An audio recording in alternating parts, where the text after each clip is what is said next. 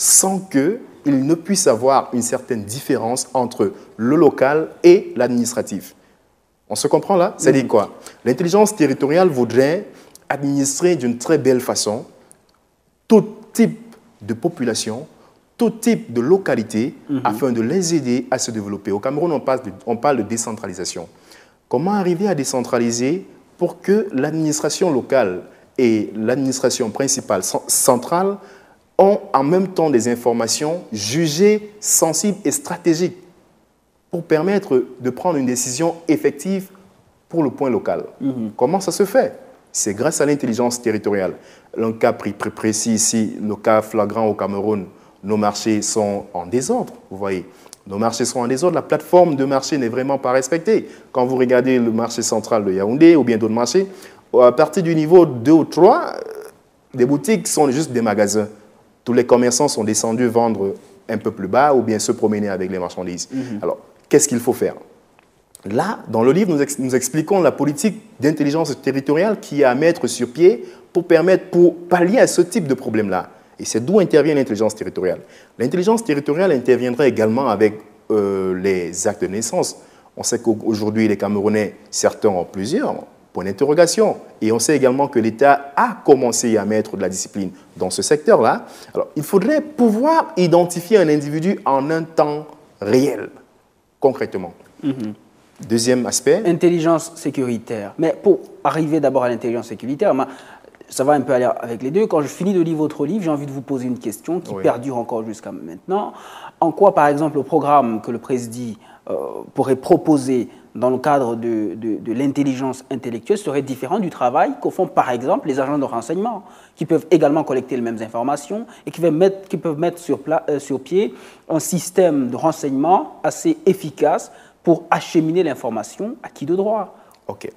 Les agents de renseignement, là, ils fonctionnent sous un cycle simple que l'on appelle le SINT. C'est-à-dire qu'ils posent une question et la question, par après, trouve sa réponse au niveau des informations collectées.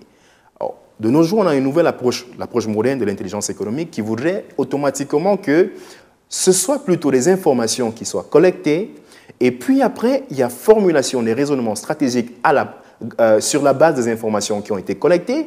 Et c'est de cette formulation des raisonnements stratégiques que l'on peut arriver à trouver des connaissances stratégiques pour satisfaire les acteurs de l'économie et les décideurs. Donc, voilà deux approches différentes. Donc on n'attend pas uniquement qu'on pose une question pour qu'on y apporte la réponse, mais on fait des collectes d'informations et on propose des stratégies aussi. Justement. Et c'est le travail de la DSI, de la Direction du système d'information, que nous demandons également leur implémentation au niveau des organisations, tant publiques que privées. La Direction de l'information est très importante à ce niveau-là. Alors, l'aspect sécuritaire. L'aspect sécuritaire ici, je vais dire quoi? Je vais dire très essentiel. On ne parle pas seulement de la sécurité de l'information, mais on parle également de l'offensif. Qui veut la meilleure attaque, c'est la défense, dit-on souvent. Qui veut donc être offensif devrait se prémouvoir. Ou la meilleure attaque, c'est la meilleure défense. La meilleure attaque, c'est la défense. Certains ont dit souvent. La meilleure attaque, c'est la défense. Ou bien la meilleure attaque, c'est la défense. Ou la meilleure défense, c'est l'attaque. Ah bon. D'accord. La meilleure défense, c'est l'attaque. Prenons la meilleure attaque, c'est la défense. D'accord. La meilleure attaque, c'est la défense. Oui. Alors, vous avez votre information. Vous voulez arriver à influencer le marché international pour être compétitif. Vous avez collecté vos informations, les avez stockées dans une base de données. Et maintenant, vous les analysez pour influencer le marché international. Oui. En ce moment-là, si vous oubliez de protéger votre information, automatiquement, sur le marché international, vous devenez sensible et très faible à toute attaque, que ce soit interne venant de votre organisation ou externe venant de l'extérieur. C'est pourquoi nous disons la meilleure attaque, c'est la défense. Il faut d'abord se prémunir de certaines garanties de notre information, que notre information est bien protégée. Ensuite, on va à l'international. Tant que l'information n'est pas protégée, on ne peut pas aller à l'international. Et là, c'est d'où on rejoint le cas camerounais.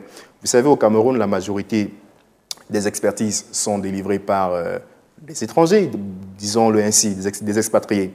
Alors, on met le point sur le patriotisme économique. Si c'est ainsi, ça voudrait dire qu'à l'interne, il y a déjà une faiblesse. Comment aller à l'externe si à l'interne, on a une faiblesse? C'est-à-dire qu'à tout moment, l'information qu'on a collectée et dont on a stocké à l'interne peut ressortir par ce biais-là pour atteindre l'extérieur. Et ensuite, ça nous fragilise au niveau de notre sortie. Le Cameroun doit d'abord réfléchir sur sa politique de défense, c'est-à-dire sur la protection de son patrimoine informationnel. Et qui parle de protection de patrimoine informationnel, parle de recensement de cette information-là, ce qui n'est pas encore opérationnel chez nous, puisque Bibliothèque nationale, Archives nationales, etc. Dernièrement, il y a un rapport en 2013 qui parlait de seulement 40% de la conservation des informations depuis, par exemple, l'époque coloniale. Ça veut dire qu'on a environ 60% de mémoire perdue. Donc, un peu plus. Bon, un peu plus. Bon, je me fie des résultats et des effectifs officiels. En conclusion, Steve, pour vous, il faut que les gouvernements africains, les institutions et les entreprises africaines, du moins ceux qui ne l'ont pas encore fait, prennent en considération l'intelligence économique dans l'élaboration de leurs différentes politiques économiques, mais également leurs différentes politiques stratégiques de développement. Exactement. Leurs différentes politiques économiques et leurs différentes politiques stratégiques. Je vous prends un cas. Un grand stratège disait un jour, il s'inquiète du fait qu'un nombre très élevé de jeunes Camerounais et Africains vont se former en stratégie à l'international, dans les grandes écoles de guerre. Mais lorsqu'on regarde sur le terrain les stratégies appliquées, on voit une très grande différence, un grand creux. À quoi est-ce dû?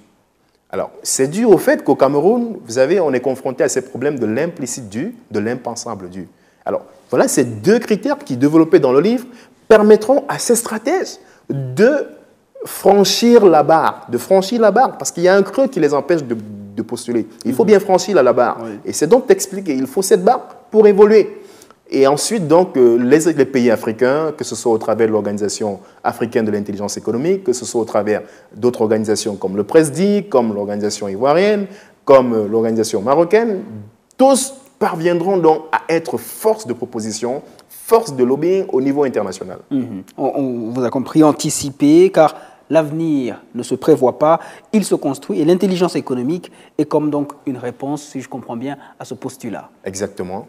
L'intelligence économique est une très belle réponse qui, si elle se pratique de façon coordonnée, donne un excellent résultat.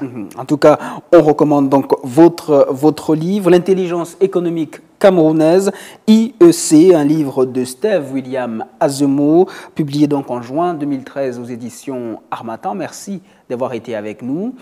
Merci également à vous d'avoir suivi cet entretien. On se quitte avec d'autres livres disponibles en librairie. Alors, je ne sais pas si vous avez quelque chose. Exactement. Notons que ce livre est dédié à ce Cameroun émergent, lancé à vive allure sur l'autoroute du développement agro-industriel et minier, et uniquement la prise en compte de l'intelligence économique permettrait à ce que cela puisse se faire dans de très bonnes conditions. On parle aujourd'hui de chantiers abandonnés, on parle aujourd'hui de marchés non livrés, on parle de marchés de ministère des marchés, on parle de grands chantiers Lompanga, etc. Alors, l'intelligence économique est très importante. Sa prise en compte est très importante. Également pour le monde académique, les étudiants, les fonctionnaires, les professionnels d'administration publique et privée devraient s'imprégner donc de cette discipline très importante afin d'être chacun à son poste efficace et efficient. Merci beaucoup. Merci, Steve. D'autres publications donc. On se retrouve la semaine prochaine. Au revoir. Adapter son enseignement aux effectifs des écoles primaires en Afrique. Le cas des classes de langue d'Abou Fofana.